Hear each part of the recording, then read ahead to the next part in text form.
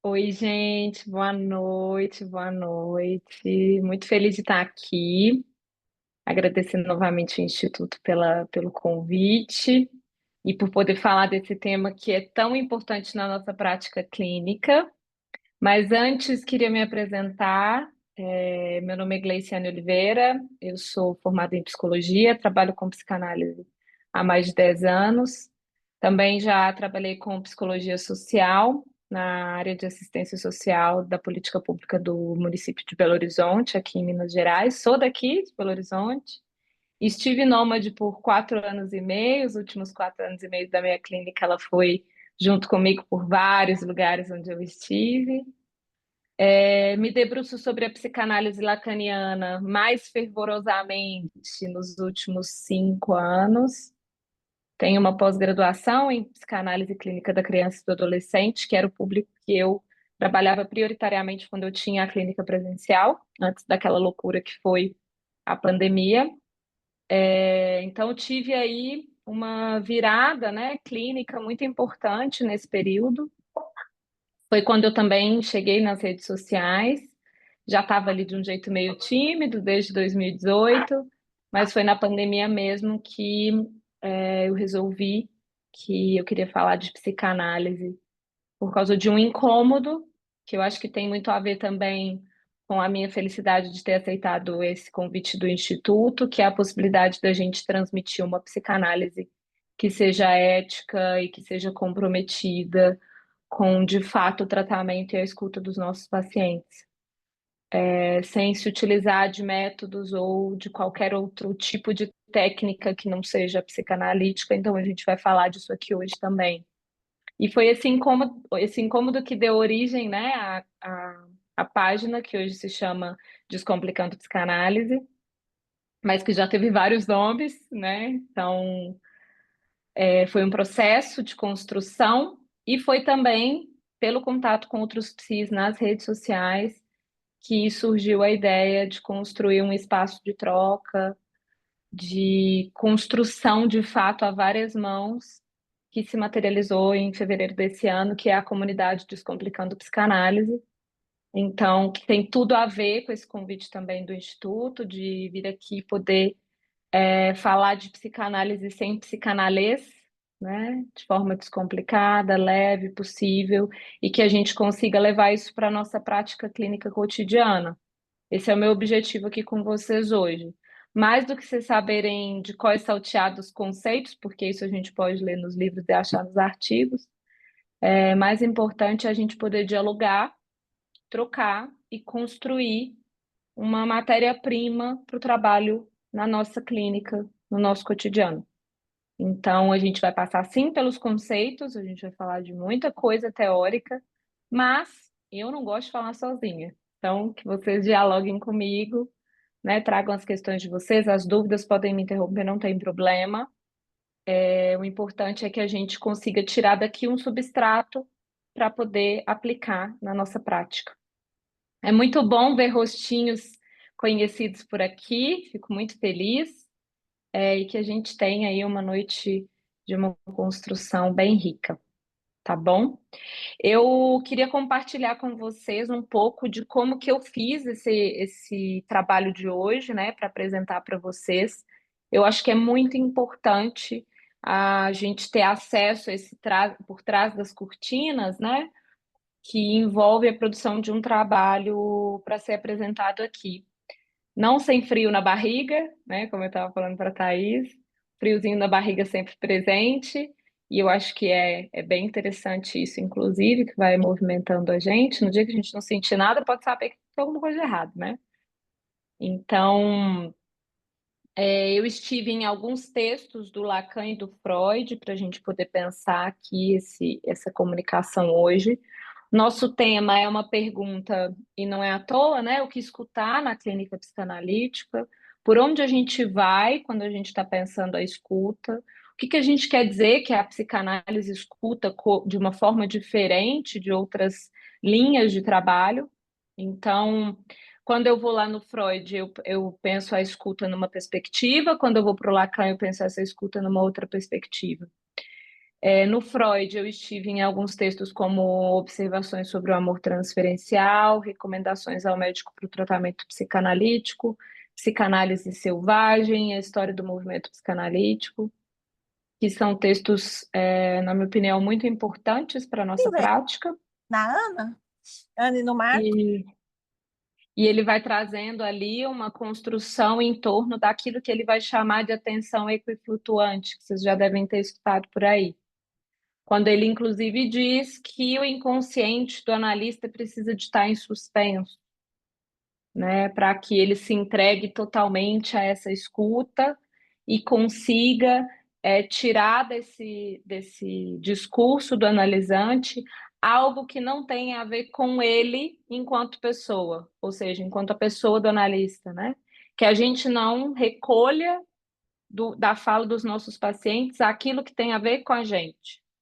Esse é o esforço do Freud, né? De reafirmar que o que importa é o que está sendo dito pelo analisante e não aquilo que o analista está escutando. Então, ele dá um lugar diferente para o discurso, né? E aí, eu gosto de lembrar sempre como que o Freud começou na clínica dele, por isso a história do movimento psicanalítico, né?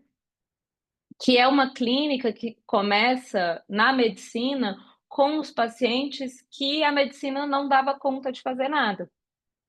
Então, ninguém mais sabia o que fazer com aquelas pessoas que tinham muitas conversões, em sua maioria mulheres. E nesse momento de ninguém sabe o que faz, o Freud começa a se debruçar sobre o estudo do sistema nervoso, primeiro dos peixes, depois ele vai para os humanos, e daí ele chega nesses casos sem solução, que são casos que eu não sei se vocês sabem, mas que existem até hoje.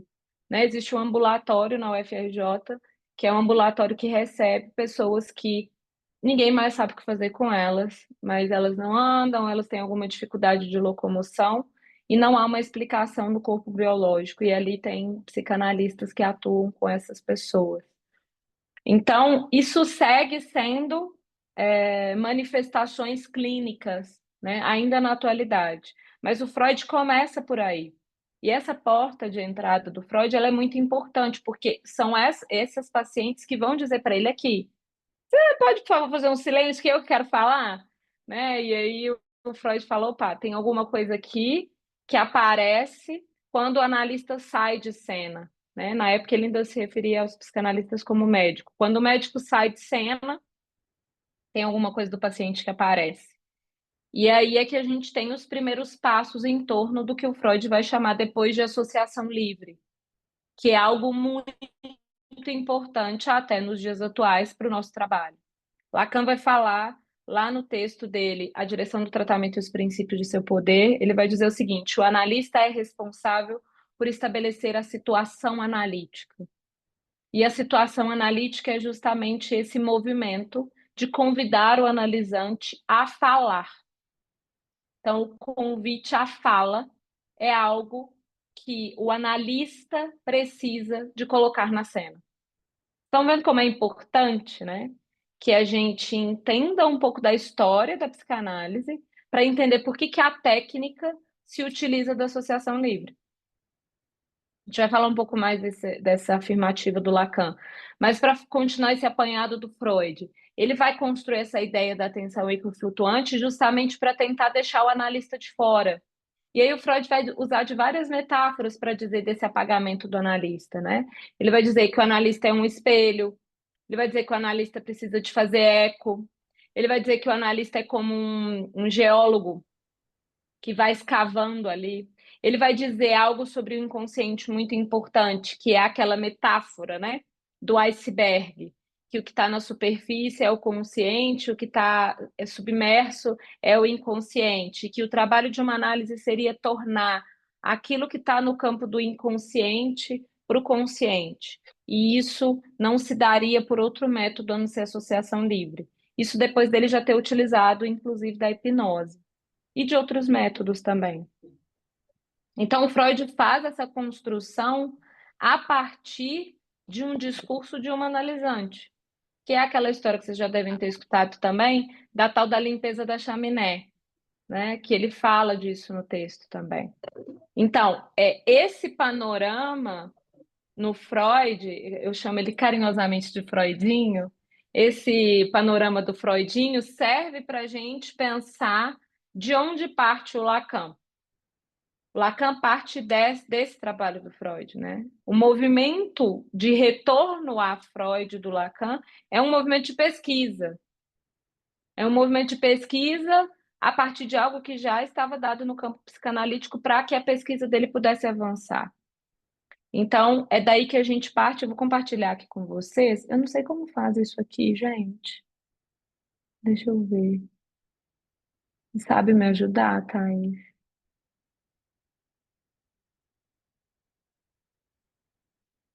Deixa eu ver.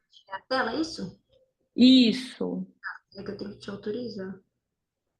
Porque, gente, eu e o Dom, a gente assim, sabe, aquela coisa tecnológica. Pronto, já tá autorizado. Deixa eu achar aqui.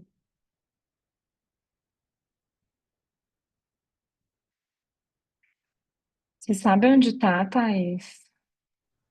Bem embaixo vai ter share de uma seta para cima.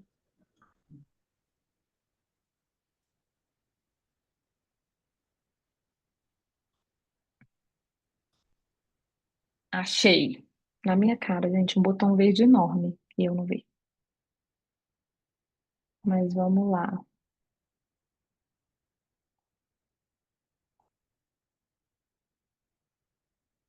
Que agora vai. Foi? Vocês estão vendo? Foi. Então, a gente vai começar aqui. Deixa eu diminuir um pouquinho, eu acho que está grande o texto. A gente vai começar pensando, né, nesse, nessa construção a partir dessa pergunta, o que escutar na clínica psicanalítica, não é em qualquer clínica, é na clínica psicanalítica lacaniana. Acho que isso é importante também, da gente poder pensar. Para o analista escutar, o paciente precisa de falar, e aí eu trago essa frase do Lacan que é muito importante, que é da gente poder pensar que o analisante não vai falar só porque ele está na análise, né? Não é porque uma pessoa bate lá no seu consultório e fala, olha, estou precisando de ser escutado, minhas coisas estão todas desorganizadas, minha vida está uma bagunça, eu não consigo dormir de noite, tenho depressão, ou inúmeras questões que a gente escuta cotidianamente, que ele sabe o que ele tem que fazer ali. Então, esse texto do Lacan, Direção do Tratamento, ele está aqui nos escritos. É um texto que, para mim, é um dos textos mais orientadores do Lacan para a prática clínica. Ele, de fato, passa a orientação. Né? É um texto claro, claro, dentro da complexidade, que é o Lacanzinho, né, gente? Assim, consideremos isso. Mas eu acho que é um texto claro, que ajuda a gente nesta prática. Então, a gente poder entender que a situação analítica é responsabilidade do analista. Isso quer dizer que, quando o paciente chega, a gente precisa de explicar para ele o que ele vai fazer ali. Qual que é o trabalho que a gente vai fazer com ele? A gente precisa de dizer para ele que a associação livre é uma regra fundamental para o nosso trabalho. Ah, mas eu vou dizer associação livre, a pessoa não vai saber o que é isso. Não fale associação livre. Diga da forma como você se sente mais confortável, da forma como você acha que o seu paciente vai te compreender. Esse é o ponto mais importante. Mas não deixem de fazer esse convite. E esse convite precisa de ser feito em vários momentos do trabalho de uma análise, não é só no começo. Esse convite precisa de ser refeito a cada vez que a gente deixa claro o nosso desejo de analista ali na cena. Então, toda vez que a gente faz uma intervenção, toda vez que a gente se interessa por esse texto que o paciente está trazendo, ali está implícito, fale mais sobre isso. E aí a gente desconstrói a ideia de que é só escutar. Por quê? Porque a gente precisa de ter algumas distinções fundamentais para poder pensar a nossa escuta. A nossa escuta é, de fato, uma escuta que difere da ideia de só ouvir. A gente não está só ouvindo, a gente está escutando os nossos pacientes. E o que isso quer dizer? Isso quer dizer que não basta uma capacidade auditiva, senão qualquer pessoa poderia dizer: eu sou psicanalista, estou trabalhando com a psicanálise. se fosse só ouvir os sons, né? Isso a gente faz até com música, não é mesmo? Mas não é essa a ideia. Não é suficiente um aparelho auditivo para eu poder dizer que eu escuto pela via da psicanálise. Por que não? Porque quando a gente está falando de psicanálise, a gente está dizendo sobre escutar aquilo que não necessariamente passou pela palavra. Gleice, mas o que você está querendo dizer com isso? Eu estou querendo dizer que a gente vai construir aqui hoje como é que se dá essa história do sentido das coisas. Porque é sobre isso o nosso trabalho. Nosso trabalho incide diretamente sobre o silêncio, os lapsos, as contradições, as repetições e também a fala, o discurso. Uma música que o paciente comenta não é uma música por acaso. Uma palavra que ele usa para dizer de uma coisa não é uma palavra por acaso. Às vezes um charuto é só um charuto, mas nem sempre. Para isso a gente precisa de investigar, a gente precisa que ele diga mais. Então, não é sobre uma relação entre o que o paciente fala e a gente ouve. É diferente. Não é sobre uma relação entre o som da palavra e a nossa capacidade auditiva. A escuta em psicanálise ela é muito mais complexa. Por quê? Porque na análise a gente está buscando com a construção da lógica do discurso. O discurso é isso que fala na fala. Vou ser mais clara. O discurso é a escolha, a eleição do paciente desta forma específica de dizer desta coisa.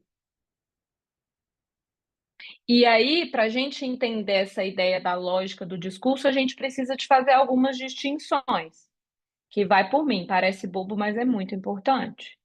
Quando eu falo com um amigo, o que eu escuto de volta é uma opinião pessoal do meu amigo, com base nas experiências dele, com base nos valores que ele tem. Quando eu falo com um psiquiatra, o objetivo da psiquiatria é eliminar os sintomas que foram causados pela doença.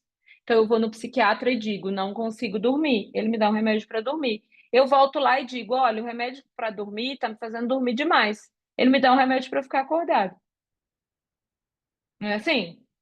Eu vou, tá bom, vamos sair da psiquiatria. Eu vou no médico para dizer, estou com dor de estômago. Ele vai me pedir um exame. Retorno com o exame. Ele vai falar, você está com gastrite. Ele vai me dar um remédio. Vai eliminar o sintoma causado pela doença. Esse é o princípio da medicina. Quando eu vou no psicólogo e eu falo com ele, o objetivo é trabalhar as questões emocionais, comportamentais, cognitivas, que está afetando a minha vida nesses pontos que me interessam. Está me deixando menos produtivo, mais prostrado, com mais dificuldade em realizar tarefas que eu realizava anteriormente. A psicanálise não vai trabalhar sobre isso. O nosso objeto de trabalho é outro. E aí, quando eu falo com um psicanalista, qual que é a diferença? Porque a gente já está vendo que falar com um psicanalista não é nenhuma dessas três coisas. Se você fosse dizer, né, quero escutar vocês aí, que estão muito caladinhos, vou conversar comigo aqui. Quando a gente fala assim, eu estou indo num psicanalista, ou um paciente fala para você, eu estou vindo aqui, o que que eu estou fazendo? Ou você diz, eu vou no meu psicanalista, o que que você acha que tem de diferente ali? Porque não é nada místico, não, viu? As pessoas têm mania de passar pelo. Ah, não, porque o meu psicanalista faz um negócio, que ele diz umas coisas. Tem nada de místico, né? Pelo contrário, a coisa precisa ser sustentada por uma técnica. E o que que isso quer dizer, né, gente? Que o psicanalista, ele não vai fazer julgamento sobre a sua vida. Ele não vai definir o que que você vai fazer, o que que você não vai fazer. Ele não vai tentar eliminar os seus sintomas. E ele não vai tratar de eliminar ou desenvolver ou melhorar nenhum comportamento seu. Gleice, mas então o que que eu vou fazer lá? Você vai construir uma saída para um problema que se estabeleceu na sua vida. E o que eu mais escuto na supervisão, nos grupos de estudos é: eu tenho dificuldade de falar o que que eu faço enquanto psicanalista. Você tem essa dificuldade também? As pessoas me perguntam e eu não sei como que eu explico. É assim? Da forma mais simples possível, gente. Da forma mais simples possível. Se você está complicando, olha, você que está complicando. A coisa não é complicada, né? Se a gente puder dizer que é um lugar sem julgamento, que é um lugar para você falar o que te causa sofrimento, que é um lugar para você construir novas saídas, já não é de psicanálise que a gente está falando? Então, para que complicar? Para que psicanálise? Para que falar difícil? Né? Então, isso aqui que eu estou dizendo para vocês, quando eu estava montando esse encontro, eu falei assim, gente, será que eu escrevi isso? Parece tão óbvio. E depois eu falei, cara, não. O óbvio precisa ser dito, né?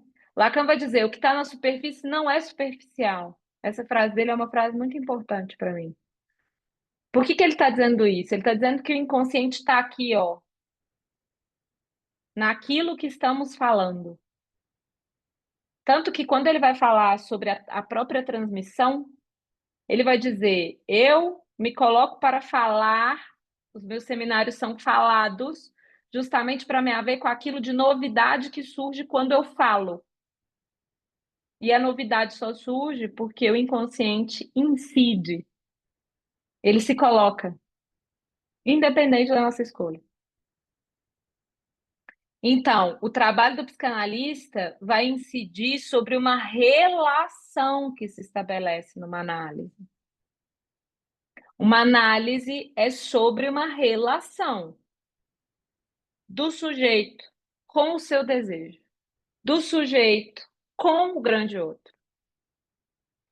Quando eu escrevo do sujeito com o seu desejo, eu quero dizer que o desejo é desejo do grande outro. Então, é sobre a relação entre o sujeito e o grande outro. Estão entendendo? Gente, vocês conversem comigo. Não me deixe conversando sozinha, não. Fala comigo, tira as dúvidas, não vai para casa com dúvidas. Tá bom? Fala comigo.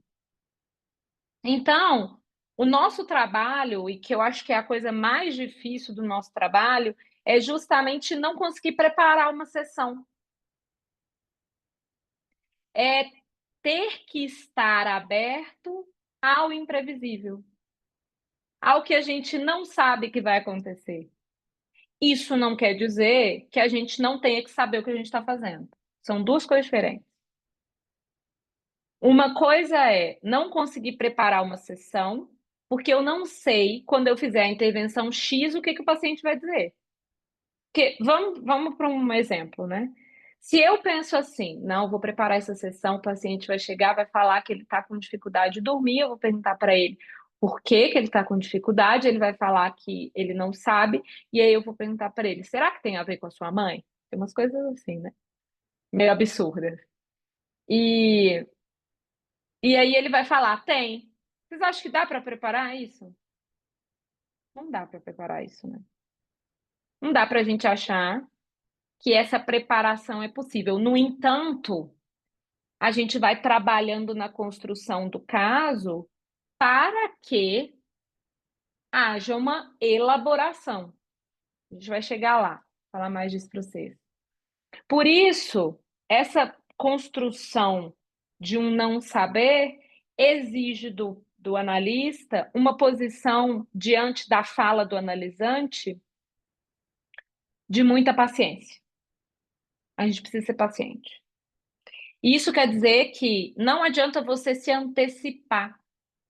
Cada paciente tem um tempo. Então, antes de fazer qualquer intervenção, escute o que o paciente está te dizendo.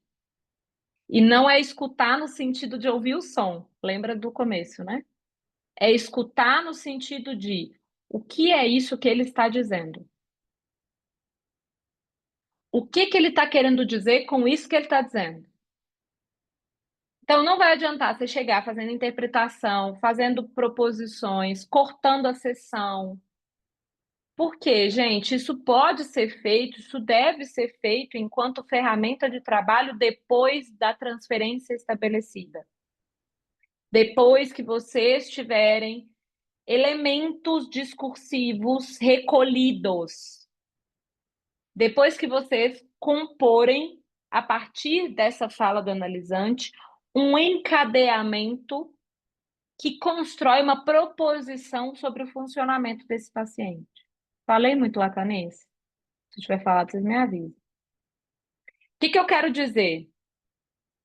Primeiro o paciente fala, você começa a escutar assim, nossa, tem coisa nesse negócio aqui. Quando ele fala que ele tem depressão desde que o pai dele morreu, parece que tinha alguma coisa antes aí, então, dessa depressão. Mas eu nunca perguntei, vou perguntar na próxima sessão. Chega na próxima sessão, você diz, toda vez que você fala que você teve depressão depois do falecimento do seu pai, mas como é que era antes? Ah, pois é, antes a minha vida era muito feliz. Meu pai era maravilhoso. Meu pai fazia, apesar de que assim, às vezes ele me agredia, mas meu pai era maravilhoso. Aí você vai, ó, então antes da depressão com o falecimento do pai, era tudo bom, mas tinha agressão. Você vai recolhendo esses elementos. Eu faço uma metáfora que é assim, é como se a gente estivesse diante de uma grande mesa com um quebra-cabeça de 2.000 peças, só que elas estão viradas. Primeiro, você vai ter que desvirar as peças, para depois você começar a montar o quebra-cabeça. E para desvirar 2.000 peças, meus amigos, minhas amigas, haja paciência, né? Então, sejam pacientes. E essa história de eu vou escutar o paciente não quer dizer que você vai ficar caladinho, não, viu? Não quer dizer que você vai ficar lá assim, tá bom. Não é isso. Ou então o famoso, né? Fale mais sobre isso. O tempo inteiro você fala com o paciente, fale mais sobre isso. Ah, mas me fala, mas o que que você está querendo dizer com isso? Eu faço uma outra metáfora que é dizer assim: é como se a gente tivesse aberto uma página da internet e fosse abrindo um monte de janelinha ali, mas elas não têm conexão nenhuma entre elas. Eu nem sei mais por que que eu abri a primeira janela. Então, quando você escuta o paciente que chega no seu consultório com uma queixa, pega a queixa como ponto central da direção do tratamento. A gente não tem como tratar uma pessoa que diz que tudo vai bem. A gente só consegue tratar aquilo que não vai bem. Então, a gente precisa se queixar. A queixa é o ponto central do início de um tratamento. E na atualidade, o que eu tenho visto na clínica cada vez mais forte, não só na minha, como na clínica de quem eu dou supervisão, como a clínica de quem está nos grupos de estudos, é as pessoas com cada vez mais dificuldade de se queixar.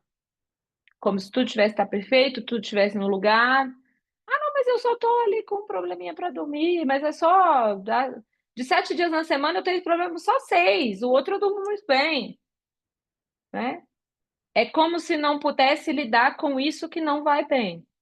Então, o analista é esse que, ao convidar o paciente para associar livremente, te abre espaço para que ali apareça aquilo que não vai bem. Para aparecer aquilo que não vai bem, a gente precisa de não ficar calado o tempo inteiro, né, gente? E não dá, né? Então, entenda a função do analista nas entrevistas preliminares como esse momento de estabelecimento da transferência, de recolhimento e montagem dessa história que se apresenta aí na clínica. Então, dica para vocês. Fosse bom, já não dava, né? Conselho, mas vou dar assim mesmo. Pegue os casos que vocês atendem hoje e vejam as suas anotações e tentem localizar onde está a queixa dos seus pacientes. Se você não achar a queixa, você vai precisar de fazer um movimento de reinauguração desse trabalho de análise, para que vocês possam abrir espaço para essa queixa aparecer. Ou então, você está com um probleminha no seu ouvido, dá uma limpada, porque você não está escutando a queixa direito. Certo? A queixa é ponto central da nossa escuta. Dúvidas, questões, digam lá.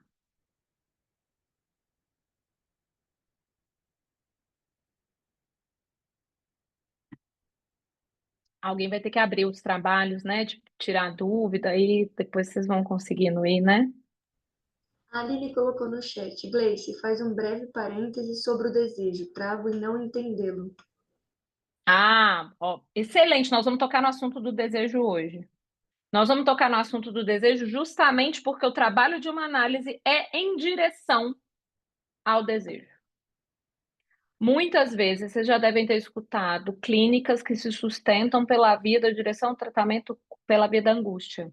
Essa é uma clínica possível, tem sustentação teórica que dirige o tratamento por aí, mas eu não trabalho por essa via. Meu trabalho é pela via do desejo. O que que isso quer dizer? Isso quer dizer que o paciente, quando chega na sessão, ele chega dizendo assim: tenho depressão. Vou voltar nesse exemplo inicial. Tenho depressão. Você vai investigando e você vai entendendo o que que é a depressão para esse paciente, certo? Então você vai entendendo ali. Eu não durmo de noite, desde que meu pai morreu eu não consigo mais dormir, eu tenho dificuldade de concentração no trabalho, até acho que eu tenho TDAH. Vai escutando essas coisas, né? Ainda tá ali, ó, na superfície, mas tem coisa importante aí. Não joga a superfície fora, não. Ah, mas eu acho que isso piora quando a minha namorada resolve trabalhar em vez de ficar comigo. Mas como assim piora? Ah, é porque aí eu fico agressivo. Ah, então você está dizendo que quando a sua namorada deixa você e vai trabalhar, você fica agressivo. Isso acontece em mais algum outro lugar? Ah, eu acho que eu sentia isso quando eu era criança, quando a minha mãe ia trabalhar e eu ficava em casa sozinha, minha mãe me prendia em casa. Ah, tá. Então, você acha que isso que acontecia na sua infância acontece parecido agora? É, eu acho. Ah, tá bom, vamos ficar com isso. É claro que essa construção não é assim tão rápida, né, gente? Às vezes demora anos para construir isso aqui que eu estou dando de exemplo, mas eu estou trazendo esse exemplo para a gente pensar o seguinte: a construção numa análise é sempre sobre a posição do paciente e a posição do outro. Então, ele está dizendo: quando a minha namorada vai trabalhar, eu me angustio. Assim como quando a minha mãe ia trabalhar, eu me angustiava. Estão encontrando ponto de repetição aí? Então, tem alguma coisa sobre o outro que me causa angústia quando esse outro se ausenta. Então, o que que será? A nossa pergunta para o paciente é essa, não desse formato, mas é isso que a gente pensa fora do setting. O que que será que esse paciente acha que ele tem que fazer para o outro para ele não ir embora? Entenderam? A análise é sempre sobre uma relação do paciente com o grande outro, do paciente com o desejo. O desejo não é aquilo que eu gosto, não é aquilo que eu tenho vontade, não é aquilo que eu sonho, não é isso. O desejo é um objeto não materializável, é um objeto perdido. Por isso que a gente vai dizer que o analista fica no lugar de objeto causa de desejo. Porque qual que é a grande questão? O analisante chega sofrendo porque esse funcionamento que sustenta a ideia de se eu for um bom filho, a minha mãe não vai embora. No entanto, às vezes eu sou um bom filho e minha mãe vai embora assim mesmo. Estão entendendo como que a coisa não se sustenta?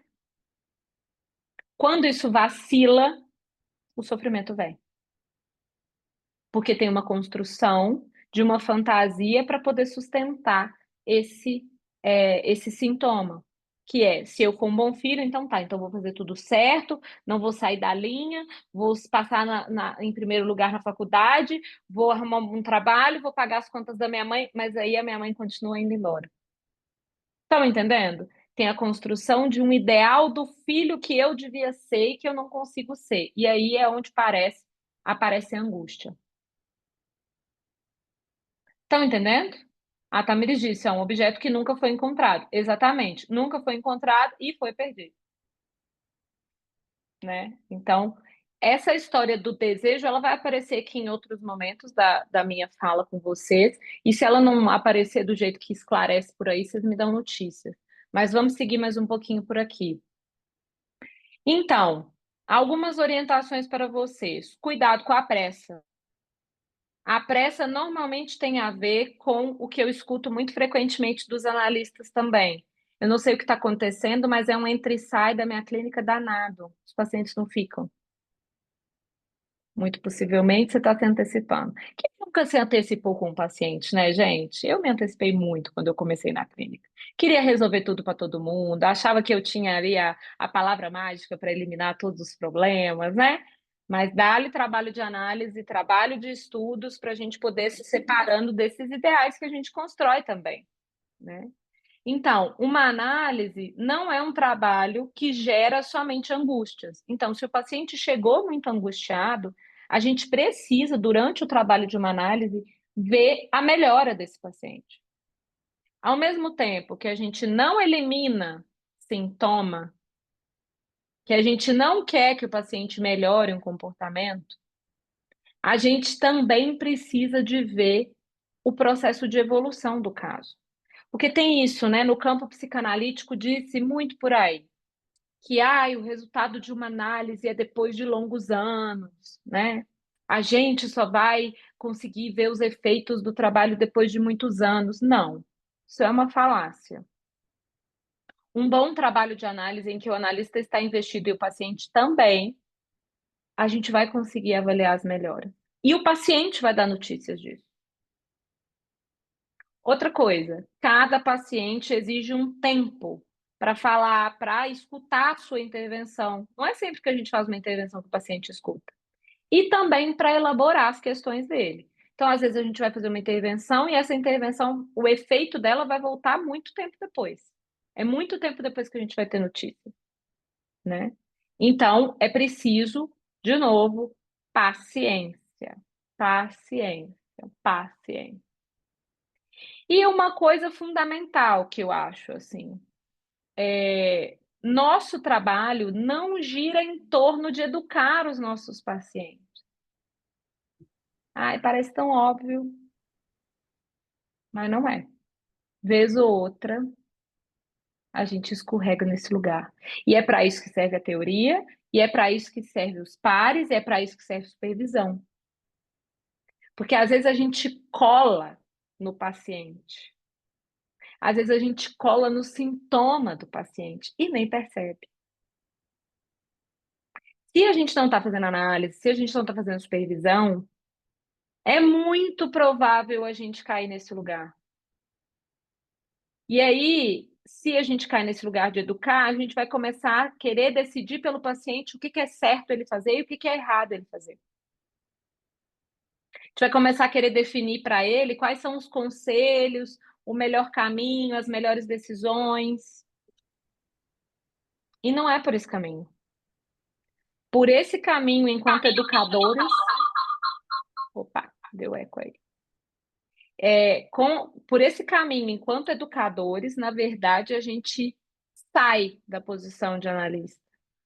E aí não tem a associação livre, não tem análise. Como que a gente vai pedir para o paciente associar livremente se ele sabe que ele está sendo julgado? Que ali a gente vai definir se o que ele está fazendo é certo ou errado. Essa é a maior crítica do Lacan em todo o ensino dele. Porque ele vai dizer, o trabalho do psicanalista não é exercer um poder sobre os pacientes. Se a gente está definindo para os pacientes como é a forma certa de fazer ou de não fazer, a gente está fazendo exercício de um poder. Gleice, mas o que isso tem a ver com a escuta? Pode me perguntar, o que isso tem a ver com a escuta? Tem tudo a ver com a escuta. Porque se a gente escuta o paciente tentando encontrar o que está certo e o que está errado, danou-se. A gente não vai escutar o discurso, a gente não vai escutar o funcionamento dele, a gente não vai escutar a angústia dele. Então, a gente precisa de se separar dessa ideia de educar os nossos pacientes. Ah, não, Gleice, mas eu estou muito longe disso. Minha clínica, não, eu sei que eu não educo. Dá uma olhada mais de perto. Às vezes a gente escorrega nesse lugar, mesmo sem querer.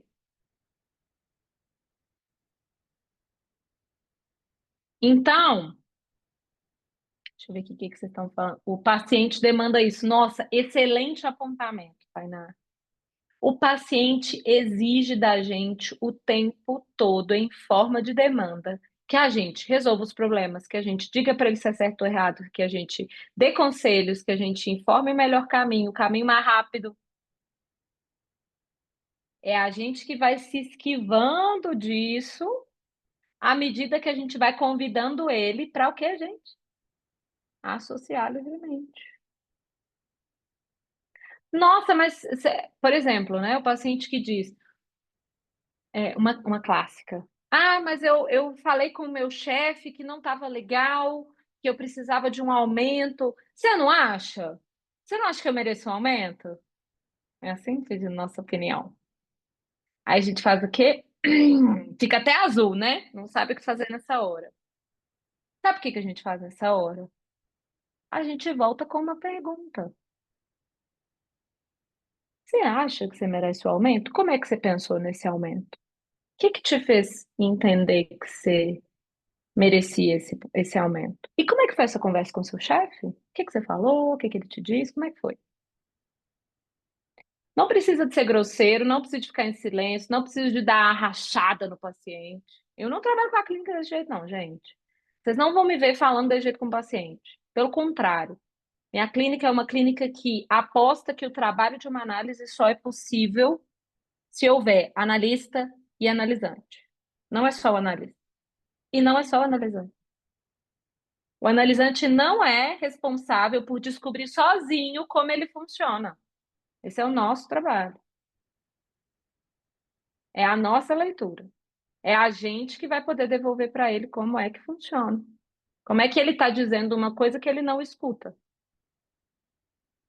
Certo? Deixa eu ler aqui o chat. Discursos são sedutores. Total. O Lacan traz o exemplo dos miolos frescos para nos clarificar sobre isso. Esse exemplo é muito bom. E mais do que isso, né? É como Lacan coloca a gente para olhar para a escola de psicanálise e para a formação do psicanalista todo o tempo, mesmo quando ele está falando de clínica, para poder dizer assim: se você for por aí, você não está sendo um psicanalista. Se você transformar a psicanálise num dogma, se você quiser usar ou colocar nos outros um sapato do tamanho do seu, se você quiser pregar para os outros regras sobre a formação do psicanalista que não condiz com a letra freudiana, você não vai estar fazendo psicanálise. Porque a psicanálise não é isso. E o que que é a psicanálise, então, gente? Psicanálise é uma praxis, é uma prática que tem como objeto de trabalho o inconsciente. Gleiciane, mas o que que isso quer dizer? Isso quer dizer que o nosso objeto de trabalho não é estático. A gente resolve com o paciente uma questão que o angustiava e surge outra. E surge outra. E surge outra. E surge outra.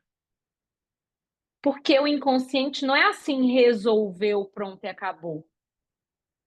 O que a gente vai trabalhar numa análise é a possibilidade da gente construir formas de lidar com o sofrimento. Porque como é que os pacientes chegam na clínica? Ou acusando o outro, ou acusando si mesmo. A minha mãe não cuidou de mim, o meu marido não me trata bem, eu não sou reconhecida no trabalho, eu não sou uma boa mãe. Não é assim? A queixa é em referência ao outro ou em referência a si mesmo. E a gente precisa dessa queixa, tá? A gente vai jogar ela fora, não. A gente precisa que o paciente se queixe. A questão é que essa queixa surge por uma dificuldade, estou falando de clínica do neurótico, hein? Por uma dificuldade do neurótico de lidar com um negócio muito fácil de lidar. Só que não, que é a falta. Então, o outro fez alguma coisa errada para mim. Meu marido não me ama porque ele me deu flores brancas e não flores vermelhas. Aí o pobre do marido vai lá dar a flor vermelha. Meu marido não me ama porque ele me deu uma flor só. Aí ele dá um buquê. Meu marido não me ama porque ele me deu só o buquê. Faltou chocolate. Não é assim? O problema está no outro. Ou então, meu marido não me ama porque eu não sou suficiente, porque eu não sou uma boa mãe, porque eu devia emagrecer, porque eu devia ter o cabelo curto, porque ele gosta das loiras. Não é assim? Tem sempre uma questão que envolve o outro ou o próprio sujeito. Por isso que na análise, eu quero que vocês preguem isso na geladeira de vocês. A análise é sobre uma relação. Se a análise é sobre uma relação, a gente não vai individualizar a queixa. A gente não vai falar, então tem que resolver o problema dessa mulher que acha que o marido não ama. Não, o problema não é da mulher. O problema é da forma como essa mulher se relaciona com o outro. Esse problema não vai ser resolvido em sua totalidade, mas esta mulher tem a possibilidade de lidar com essa questão da relação com o outro de uma forma diferente, de uma forma mais possível. E é aí que a gente trabalha. É com isso que a gente trabalha. É com isso que a gente aposta. Estão entendendo, gente? Estou falando até aqui, vocês conversem comigo. Digam aí, o que vocês pensam? Como é que tá aí? Estou falando muito rápido? Digam lá. Vou seguir aqui então, hein? Vocês me interrompam. Podem me interromper. Então, a gente precisa de lembrar que a fala do paciente, essa que ele faz em associação livre, serve ao analista como seu instrumento, seu enquadre e seu material. E não sou eu que estou dizendo Oi? isso, é o Lacan, lá na instância da letra no inconsciente ou a razão de Freud. Então, esse é um texto também que eu usei como base aqui do nosso encontro, que está aqui também, nos escritos. Eu posso disponibilizar depois todas as anotações dos textos que eu utilizei, tá? Então, essa fala, esta fala aqui, ó, não é qualquer fala. Não é o som. Lembram disso? Que a gente não escuta só o som? A gente escuta mais. E o que que a gente faz com isso? A gente trabalha porque é o nosso instrumento. A gente enquadra essa fala. E a gente usa essa fala como material. Então, se o paciente não fala, não tem como a gente trabalhar. Por exemplo, uma coisa clássica na clínica da contemporaneidade, que é, eu vim aqui porque eu quero aumentar o meu desempenho, né? Quero ter alto desempenho. Eu quero melhorar a minha capacidade cognitiva, né? Eu quero melhorar as minhas relações. Por quê, gente? Por que que isso aparece na clínica contemporânea? Quem sabe? Isso aparece na clínica contemporânea porque há uma exigência de que sejamos cada vez mais perfeitos. Essa exigência sempre existiu, mas as redes sociais, quando usadas de forma distorcida, elas colocam isso como ninguém. Então, a gente pede ao paciente que fale para que a gente escute isso que não vai bem. Se o paciente não fala sobre o que não vai bem, a gente precisa de cavar isto. Tá entendendo? Provocar para que isso apareça. Que é tipo, não, minha semana foi ótima, deu tudo certo, foi tudo bem, tudo ótimo, tá tudo bem, tudo bem.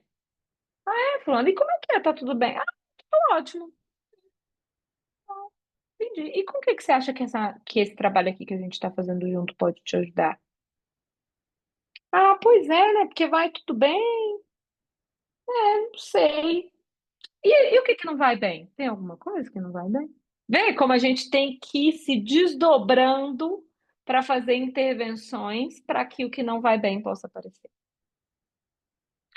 Então, essa história de que a gente não trabalha só com a fala, ela é tão real, né, que a gente vai precisar de se recordar. Deixa eu só tirar esse negócio aqui, gente, que eu risquei, tá vendo? Não sei mexer no negócio, olha aí.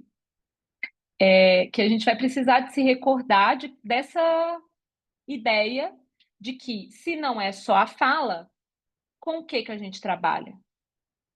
Certo? A gente trabalha com isso que não vai bem. O que é isso que não vai bem?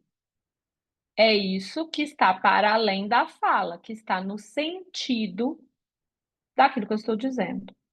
Então, o que o Lacan vai falar para a gente é o seguinte: a questão que nos interessa é que toda fala não é apenas o som, tem uma estrutura da linguagem que a experiência psicanalítica descobre no inconsciente. Ou seja, o que o Freud estava dizendo do inconsciente ser um lugar onde estão os instintos, o Lacan vai dizer, não é só isso. No inconsciente está a verdade do sujeito. E essa verdade que é não toda, que faz furo no real, né? Como Lacan vai dizer. Então, o paciente chega na análise e fala, e a partir dessa fala ele faz uma demanda para o analista. Essa demanda passa por uma via imaginária e sustenta a transferência no início de uma análise. Então, eu chego e vou dizer para o meu analista, eu tenho depressão, porque eu suponho que ele sabe o que tem que fazer. Uma análise só é possível de acontecer se essa via estiver em aberto. Então, há uma suposição de saber nesse analista. Aí o analista escuta e o trabalho dele é intervir abrindo o campo de sentido. O que é abrir esse campo de sentido? É o famoso fale mais sobre isso, que a gente não vai ficar só repetindo isso, a gente pode fazer isso de diversas formas, mas resumidamente é isso, é a gente poder perguntar desde quando, o que aconteceu, por que você acha que é assim, como era antes. Toda uma abertura antes da gente interpretar. E aí o analista vai recolhendo os elementos que se repetem. Às vezes palavras, às vezes sons, que às vezes a pessoa fala de uma determinada coisa e ela faz uma coisa, tipo, vai falar de alguma coisa e se comprime assim na cadeira. Ou ela vai falar de alguma coisa e boceja. Você vai começar a perceber se esses elementos aparecem toda vez que essa pessoa fala disso. Então, a gente começa a juntar os elementos e a partir daí a gente vai fazendo a montagem de uma estrutura. O que é essa estrutura? Quando você fala disso, é igual quando você fala disso. Por exemplo, nossa, fulano, quando você fala dos seus exageros com compras, me lembra muito como você fala do seu exagero na sua relação com a sua mãe. Vê como o elemento exagero está presente nas duas situações? É um exagero de afeto que ele quer que a mãe entregue para ele, e é um exagero de compras. Aí, às vezes, o paciente fala: Nossa, eu nunca tinha percebido isso. Aí você diz: Você acha que isso aparece em outro lugar? Aí ele vai poder fazer outras associações, vai abrir um novo campo de sentido. Aí ele pode dizer: Nossa, realmente, quando eu faço alguma coisa, eu sempre me dedico ao máximo do máximo, e normalmente eu adoeço, por exemplo. Então, vocês estão entendendo? O excesso vai aparecendo em vários lugares. Esse é um elemento que se repete. A gente fica com esse elemento que se repete. E devolve essa intervenção dizendo dessa forma de funcionar. Faz sentido, gente? Faz sentido para vocês? Então, certo. A gente vai agora passar por essa via do que é esse inconsciente, né? Do Lacan, que não é esse inconsciente do Freud, que guarda o material reprimido e que tem ali todos os instintos, né? As pulsões recalcadas. Não. Lacan vai dizer que o inconsciente é uma estrutura significante que precisa da fala para ser lida. Então, é como se fosse um texto que foi escrito em uma outra língua. E aí a gente precisa que seja traduzido para nós. Então, o inconsciente, ele funciona a partir de duas leis, que vocês também já devem ter escutado na clínica de vocês, nos estudos de vocês, que é a metáfora e a metonímia. Essas duas leis já existiam lá no Freud, como condensação e deslocamento.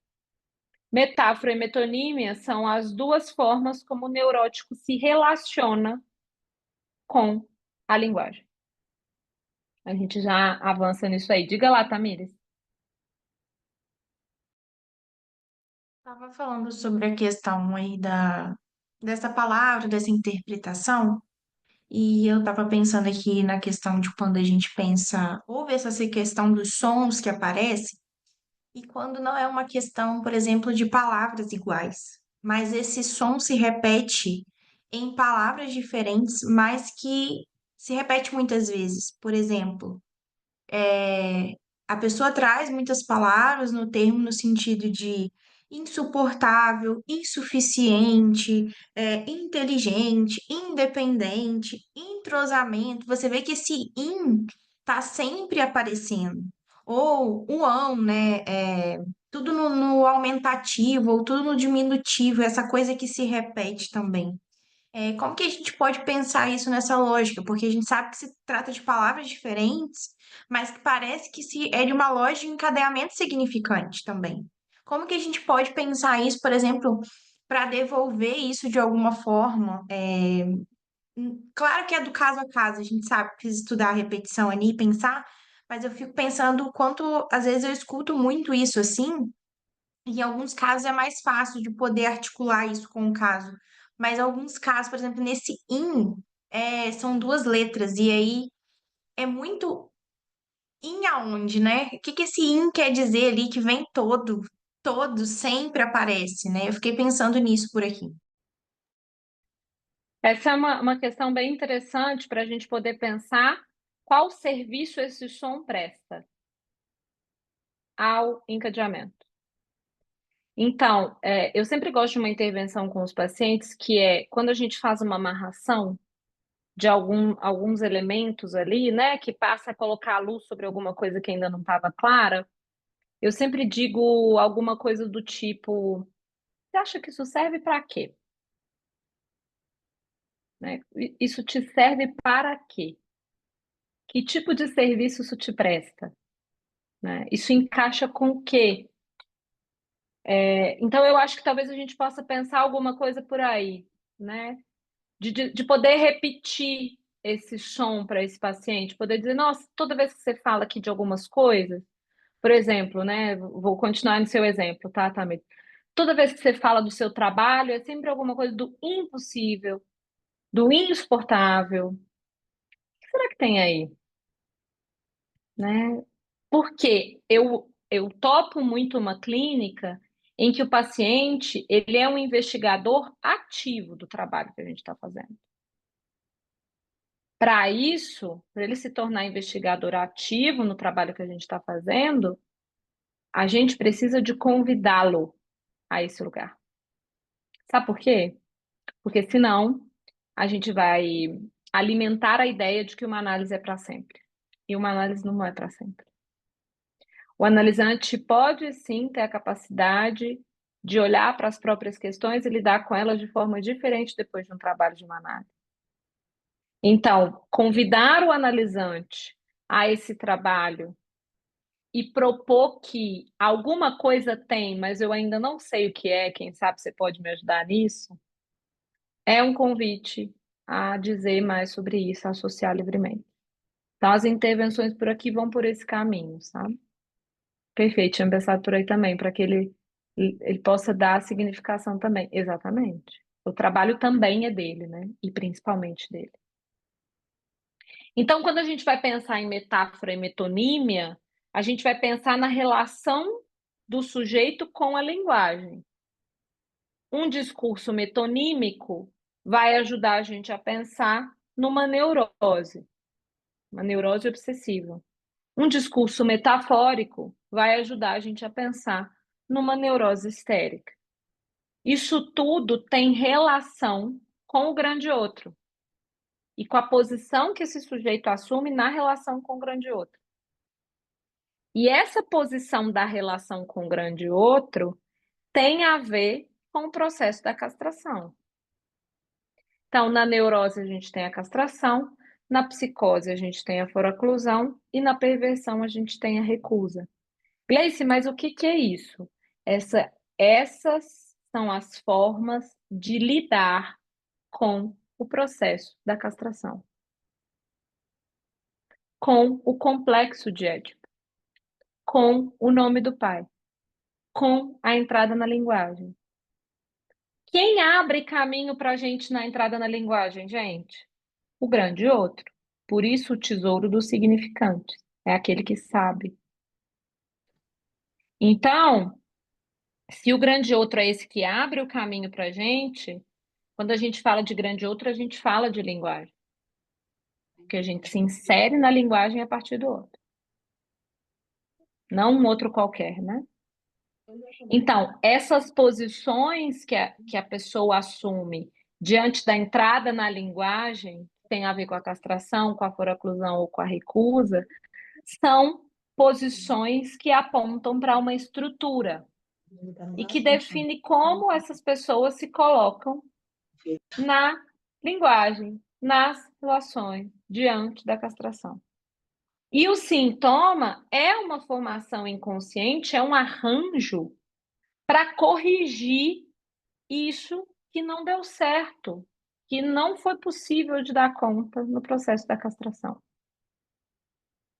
Então, a gente faz uma correção para que não falte, para que não haja problema, para que a gente tampone a falta. Essa tentativa de correção é o sintoma. É claro, gente, que é um arranjo mal feito. É colar a Havaiana com cola de papel, né? Não vai funcionar. Não vai funcionar. Mas a gente vai lá e faz, porque é isso que a gente dá conta de fazer enquanto neurótico.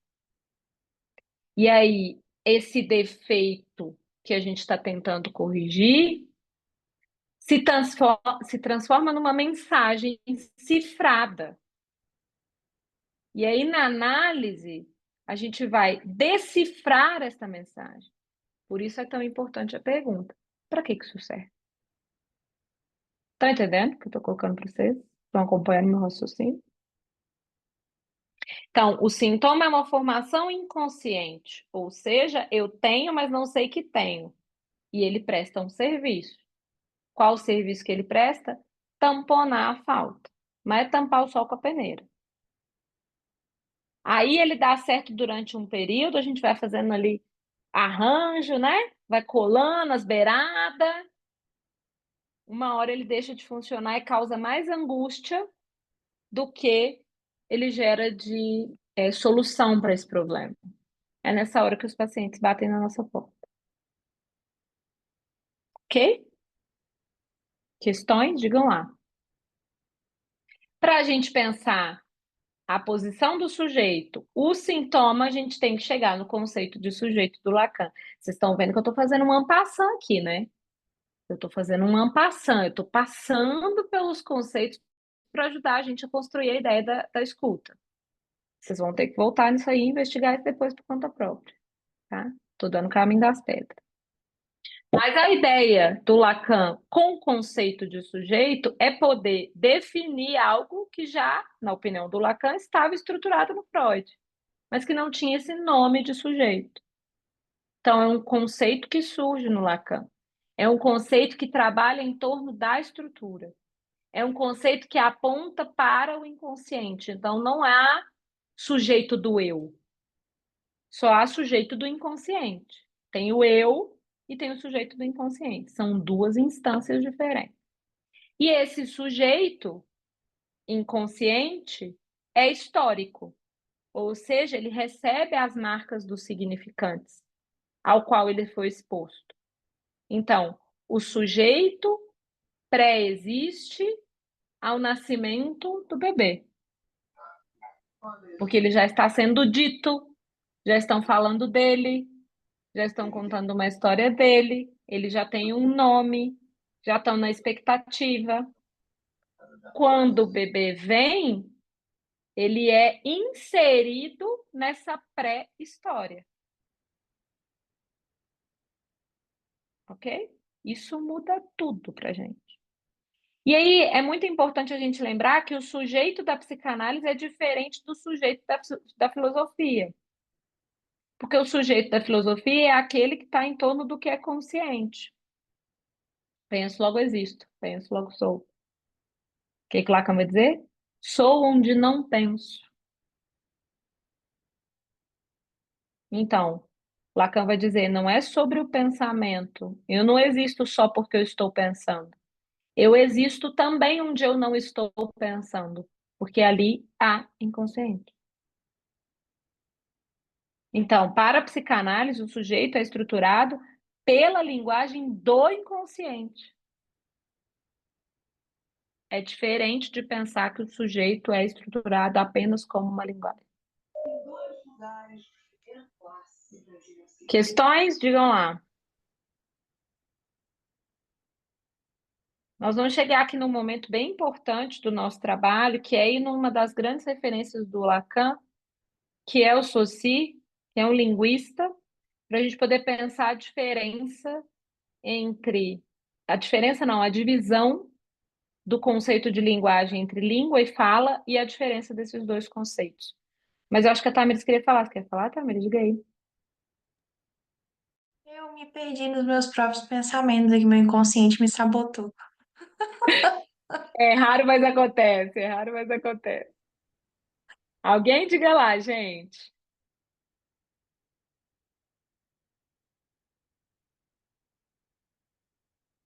Não, vou seguir aqui Lembrei, então. Lembrou? lembrei, Diga aí. lembrei. Isso do sou onde não penso me fez lembrar, na clínica, o quanto que aparece às vezes no discurso do paciente a questão de tipo, não, porque a minha ansiedade, como se fosse algo externo, não fosse ele, né?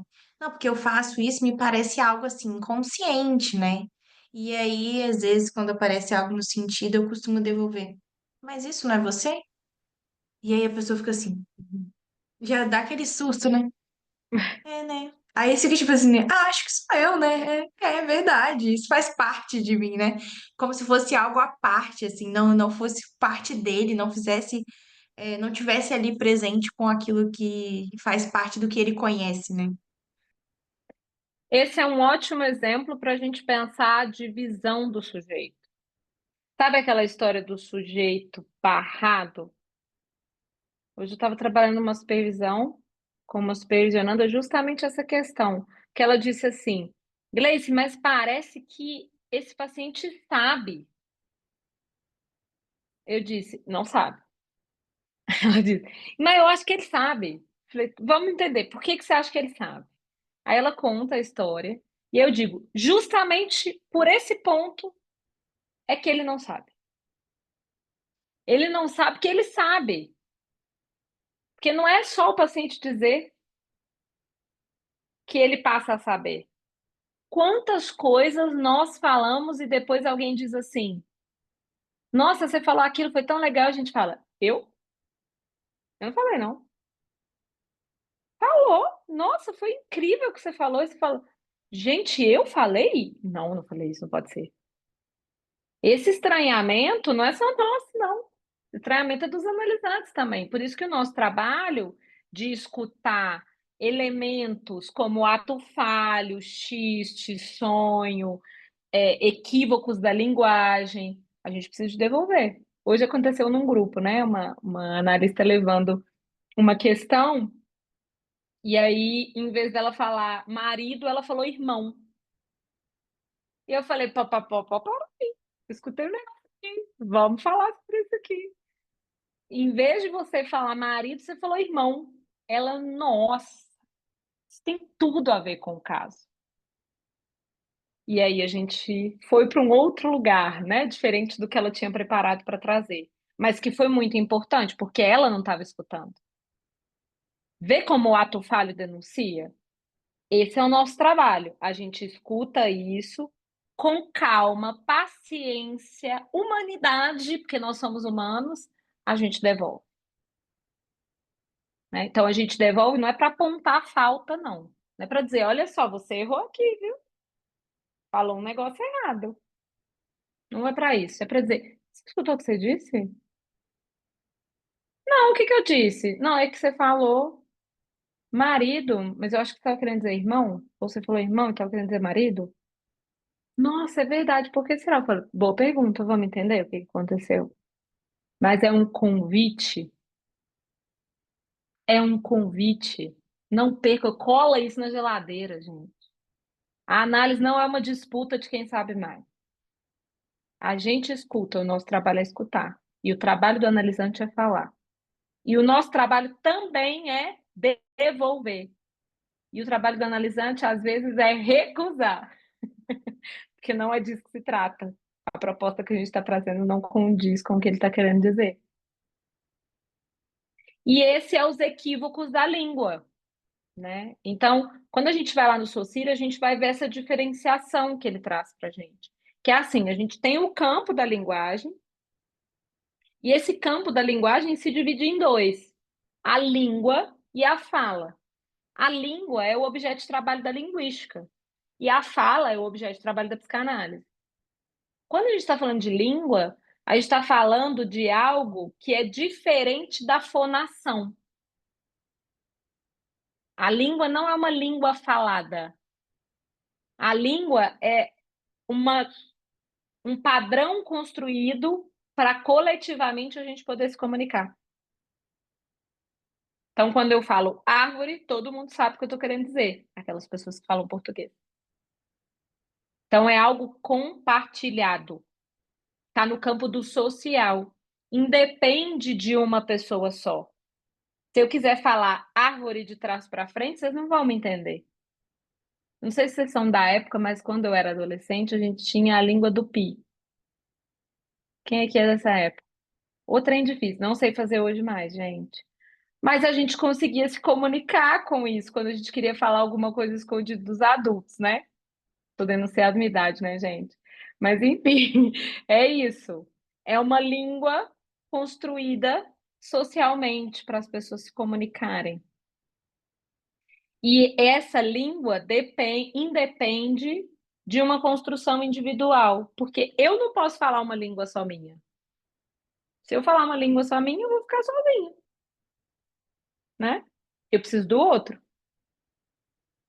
né? E essa língua tem a ver com o estudo do psiquismo, né? Então a gente precisa de entender como o psiquismo funciona para poder colocar uma língua para funcionar. Vamos pegar um outro exemplo. Quando a gente deixou de falar voz me ser para falar você? Eu não sei. Se a gente buscar nos livros de história, talvez a gente encontra, né? Mas essa alteração não se deu na língua escrita para depois se dar na língua falada. Pelo contrário, foi a língua falada que fez uma alteração na língua escrita, porque voz me ser perdeu sentido e passou a valer o você. Então, aí a gente já entra no segundo ponto, que é a fala. Então, a fala vem antes da língua. Qual é o problema dos povos originários, por exemplo? Não há uma formalização da língua que eles falam. E aí as línguas se perdem, porque essas pessoas morrem e a língua morre junto com elas. Então, a língua vem depois da fala, ao mesmo tempo que elas se entrecruzam. Então, uma afeta a outra diretamente. A fala é um ato. Eu tenho um ato de falar com vocês aqui, de comunicar com vocês. Mas eu só consigo comunicar com vocês por causa da língua. Estão entendendo? A língua estrutura a forma como a gente fala. Se eu pegar aqui uma frase e desorganizar ela e falar com vocês, vocês não vão entender. Por exemplo, se eu falo assim, o cachorro morde. Se eu falo assim, cachorro morde o, não vão entender. Todo mundo vai ficar assim, o quê?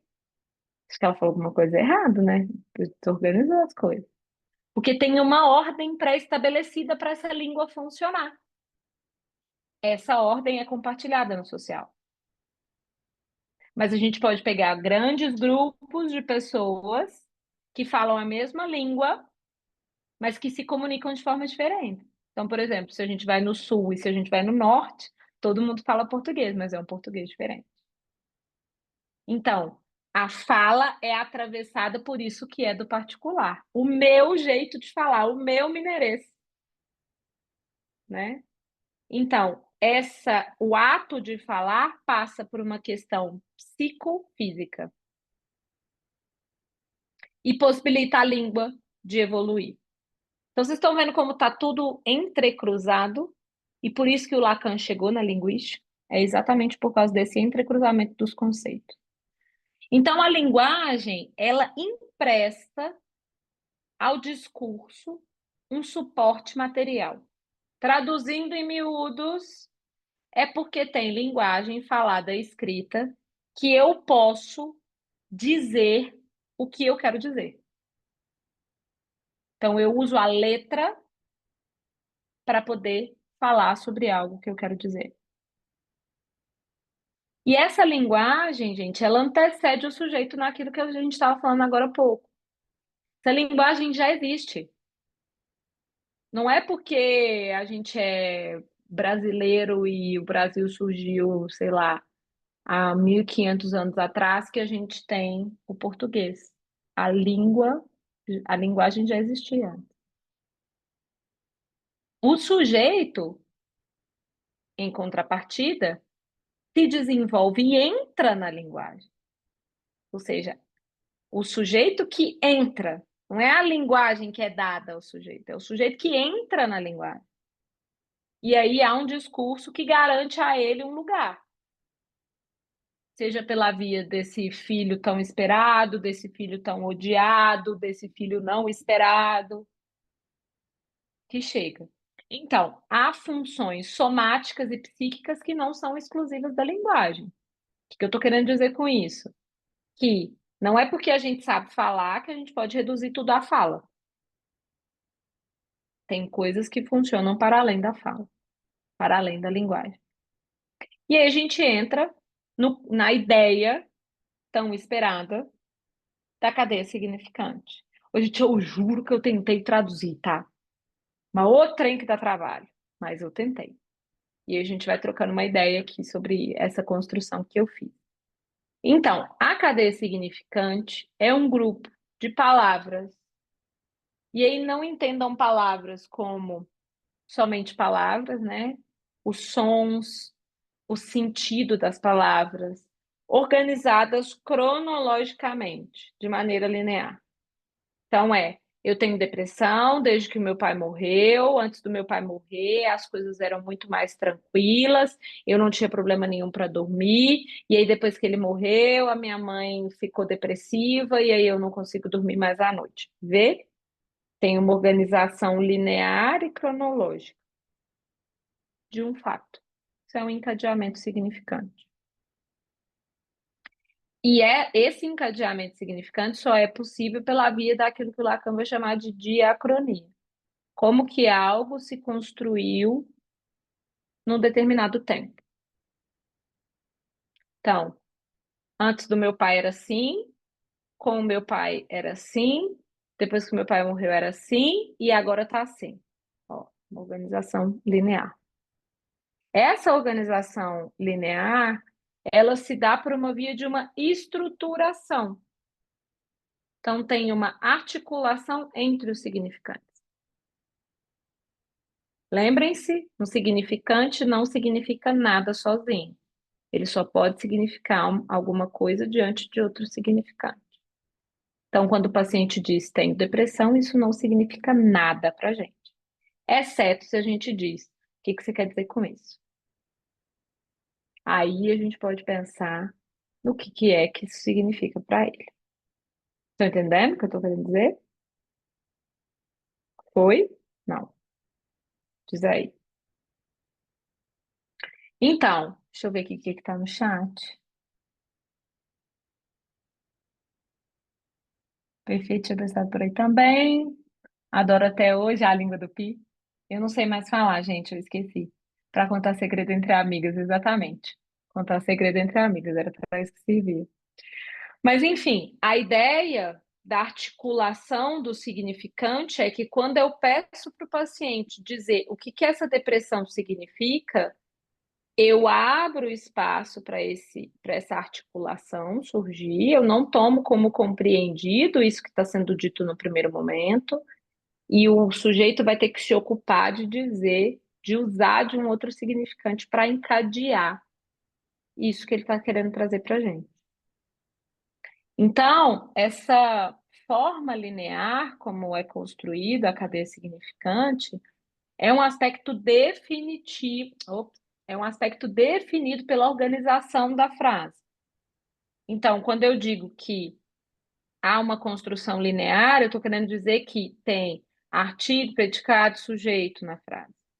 E por isso eu posso conseguir compreender o que está sendo dito. O que está sendo dito no que se refere à linguagem, né? O sentido ainda vai ficar por esclarecer. Já a sincronia, ela é isso que é um aspecto atemporal desse discurso. Ou seja, uma escuta, né, que a gente está fazendo do paciente naquele momento. Então, o que é a depressão para você hoje? O que tem acontecido com você? Então, a gente precisa da sincronia e da diacronia para uma escuta, uma construção entre o tempo e o espaço. O tempo é essa diacronia de como isso aconteceu, e o espaço é essa sincronia de como isso tem tomado espaço agora na sua vida. Então, quando o paciente fala, o analista não pode considerar que a palavra que ele está usando para falar significa a coisa que ele está querendo dizer. Ou seja, o significante não representa o significado. Eu não posso entender que um significante árvore significa a árvore X, a árvore IP amarelo, porque pode ser outra árvore. Então, eu não posso me dar por entendido quando eu estou escutando os pacientes. Estão entendendo? Eu preciso de desentender o que eu acho que eu entendo, né?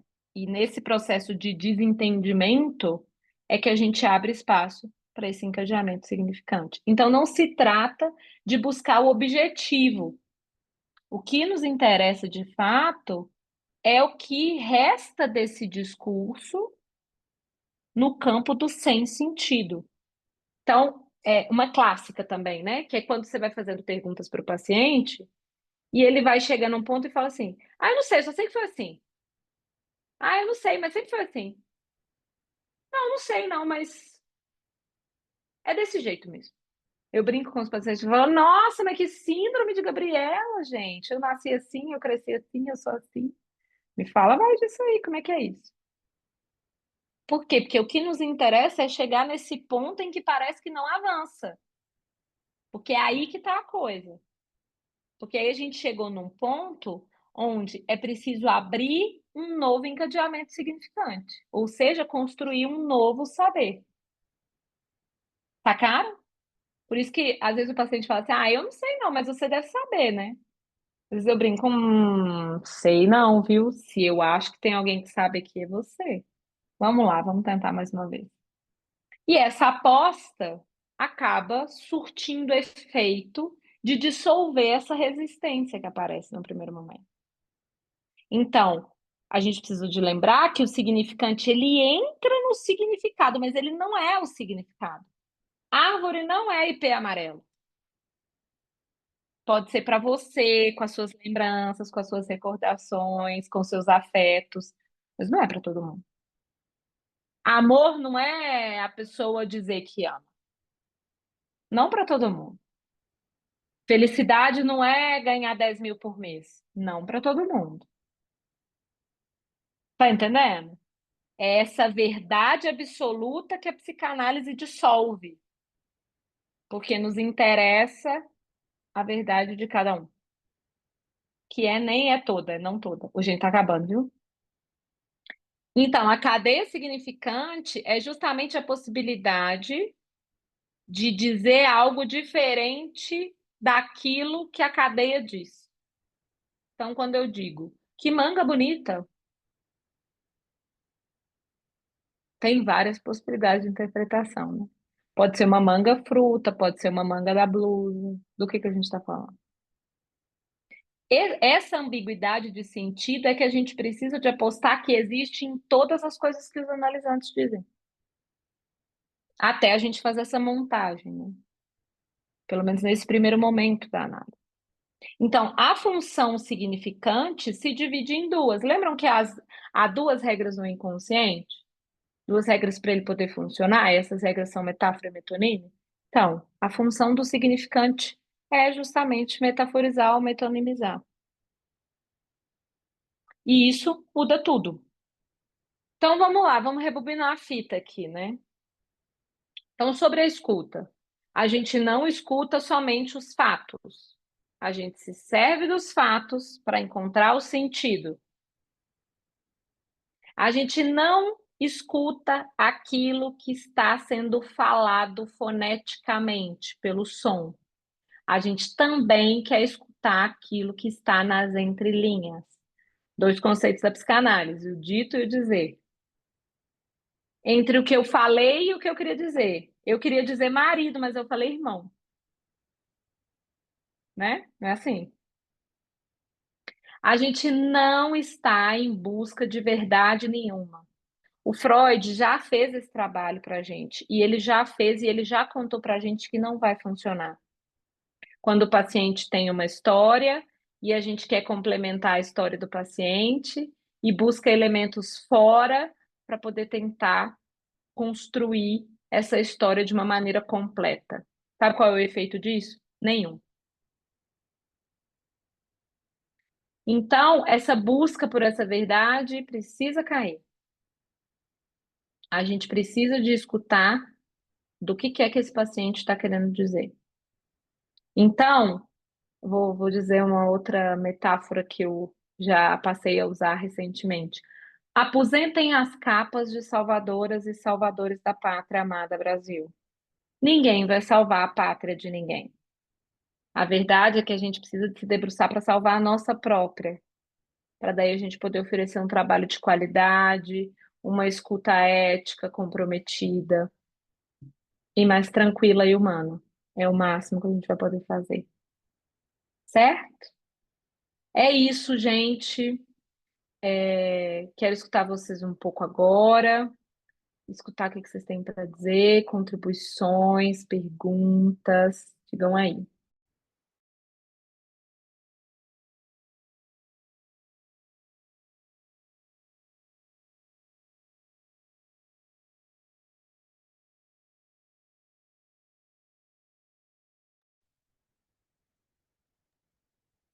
A Tamiris disse uma coisa bem legal, uma boa recordação para a gente. A verdade tem estrutura de ficção.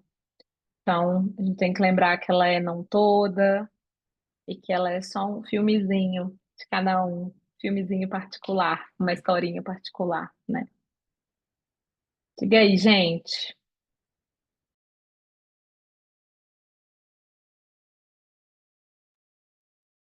Coisa que uma dúvida que me sonda aqui, né? Que a gente fala muito sobre a questão dos significantes, né? Do encadeamento dos significantes. E aí a gente sabe que um significante não significa nada. E aí, às vezes, eu me pego me perguntando, por mais que talvez é, não seja necessário saber essa ordem, mas eu fico me perguntando se é possível saber. Que a gente sabe que para que um significante signifique, a gente precisa do S1 e do S2, né? E aí eu fico me perguntando, como saber qual é o S1, qual é o S2? Porque a gente sabe que ele não vem nessa ordem bonitinha. Às vezes o S3 pode vir primeiro que o S2, que o S1, às vezes o S2 pode vir primeiro que o S1, né? E às vezes pode vir um S1 e outro S1 para depois aparecer o S2 e o S3. Então eu fico me perguntando às vezes como pegar isso, como saber sobre isso assim.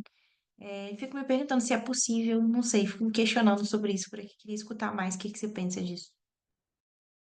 Então, o encadeamento significante, ele é muito mais importante para a gente quando se trata de um encadeamento.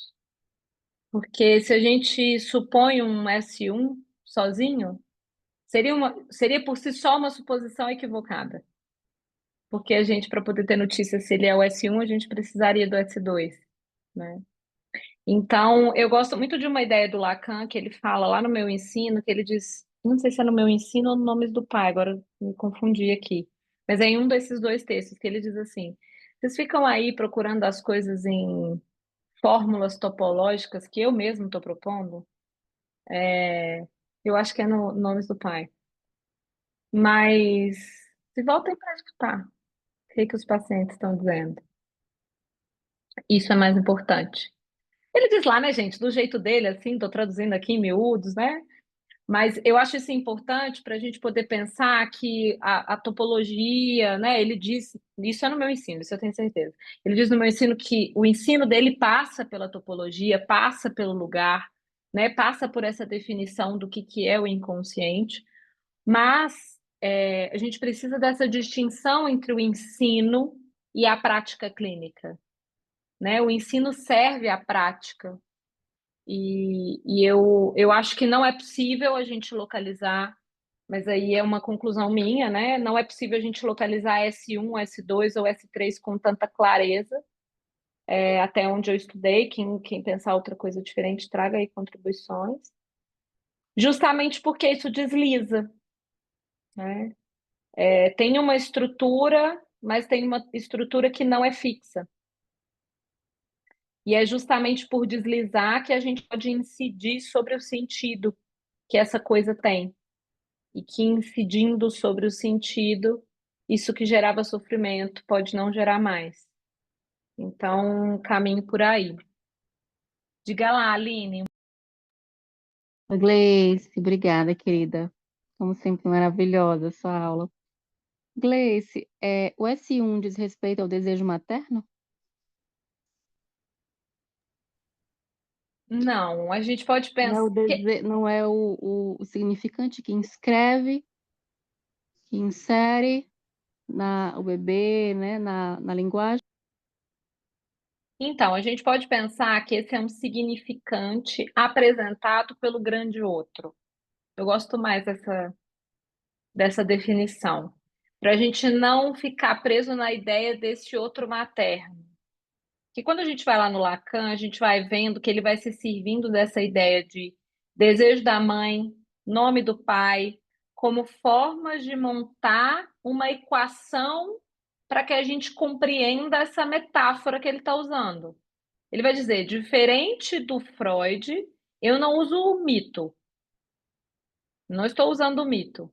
O Freud usou o mito. Eu estou usando uma equação, quase que matemática, com letras, para ajudar a gente, porque ele gosta de ser simples, né, gente? Mas, assim, ele usa essa equação para poder nos ajudar a compreender que há um significante que marca esse sujeito. Ah, tá, me lembrei de uma coisa aqui que vai ajudar muito a gente a pensar essa pergunta que você fez. Que marca esse sujeito na entrada na linguagem. E ele vai chamar isso, esse ponto que eu acho que nos ajuda a entender, ele vai chamar isso lá no seminário 9, que é o seminário sobre a identificação, de traço nário. Esse traço que marca o sujeito. Sabe quando a gente vê o gado antigamente? Olha, eu denunciando de novo minha idade.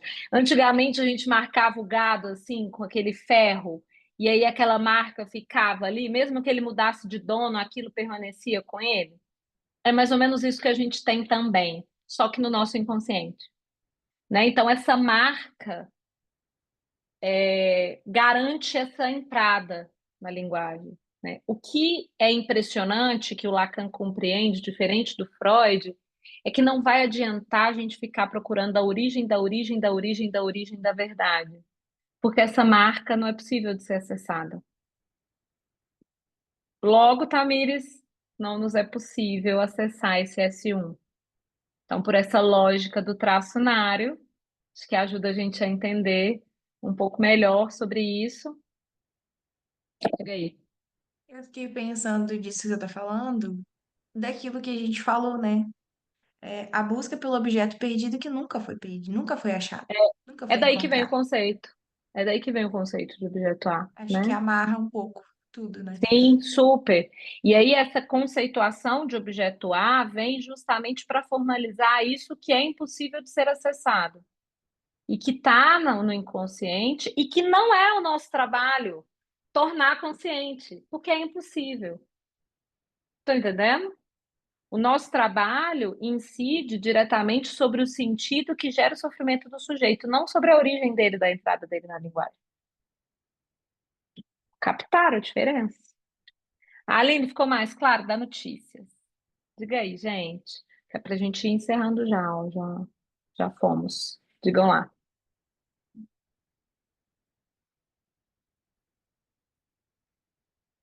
Ô, Thaís, eu que agradeço. Bom demais ver carinhas conhecidas por aqui. Ótimo, Aline, muito bom. Diga aí, gente. Como é que ficou para vocês? Não só perguntas, mas como é que ficou para vocês? O que que vocês absorveram disso aqui que a gente trabalhou hoje? Quem está comigo sabe que eu gosto de trocar uma ideia. Eu gosto da gente conversar, né? O mais importante, construir junto. Eu achei muito bom e achei muito claro, e até para a gente entender o que não é psicanálise, né? É importante a gente saber o que não é. Para a gente dizer o que é importante primeiro a gente saber o que não é, para que a gente não possa cair nesse lugar. Por mais que às vezes a gente se encontre lá e a gente possa dar dois passos para trás e voltar para o nosso lugar, que é a nossa função de analista, né? Esse lugar de suposto saber, e não desse lugar de que se sabe. Então, eu achei muito interessante, acho que alguns pontos que eu venho estudando, que eu converso por aqui e construí junto lá no percurso com você também, comecei o meu percurso lá, e acho que conversa muito com o que eu acredito por aqui também, e acho que foi muito bom mesmo a gente pensar por esse lugar de que às vezes é mais simples do que a gente imagina, a gente complica demais, né? Essa coisa do, nossa, achei tão óbvio isso, será que eu preciso dizer? Que é simples demais, a gente imagina que se trata de outra coisa que não isso. Quando eu entendi como que era explicar, né, também que por aqui era também uma coisa nebulosa, assim, né? Como que eu vou explicar qual que é o meu trabalho, assim? Nossa, psicanálise é uma coisa complexa. É complexo, né? Você tá aqui num lugar aqui, um espaço que é seu, você precisa desejar estar aqui, né? E é isso, como que funciona? Achei interessantíssimo demais para a gente poder tirar essa nuvem nebulosa que aparece muitas vezes como esse lacanês ou essa psicanálise inacessível. Achei interessantíssimo. Ai, que bom, Graziele, que bom você estar aqui pela primeira vez me ouvindo, mas, ô, gente, ó, vou já então, já contar para vocês. Tem lá meu Instagram, Descomplicando Psicanálise, sejam todos bem-vindos, bem-vindos. Esse encontro aqui, né, Thaís, vai ficar no YouTube do Instituto Pergassi, também vou colocar lá no meu YouTube, porque é uma honra estar aqui com vocês. E também tem a comunidade Descomplicando Psicanálise, quem quiser vir fazer parte com a gente, está muito legal esse movimento. E contem comigo, não só pelas redes, mas se quiserem trocar uma ideia pelo lá, vai conversando, eu fico muito feliz sempre desses momentos em que a gente vai podendo construir junto, né? O percurso, ele não, apesar dele ser solitário, ele não precisa de ser tão solitário, né? A gente pode ir tecendo e fazendo rede para se ajudar. Essa é a minha aposta. Mas é isso. Acho que ficamos por aqui, né? Luciana, muito obrigada, foi muito legal, muito leve. É sempre bom a gente poder escutar alguém que fala do Lacan sem um lacanês que a gente acha que não foi alfabetizado. Então é sempre bom a gente ter essa transmissão muito generosa e mais acessível, principalmente dentro da clínica e da teoria lacaniana. Muito obrigada por ter aceitado o convite, por ter se disposto a estar aqui, por disponibilizar seu horário, seu conhecimento, sua generosidade nessa transmissão. E é isso. Obrigada em meu nome, em nome do Instituto. Eu, eu que agradeço, Thaís. Foi um convite maravilhoso. Muito obrigada e que possam vir outros convites por aí. É sempre bom compartilhar. Gente, obrigada demais, viu? Ficarem aqui até essa hora, trazerem contribuições. E a gente se encontra por aí. Até. Um abraço para vocês.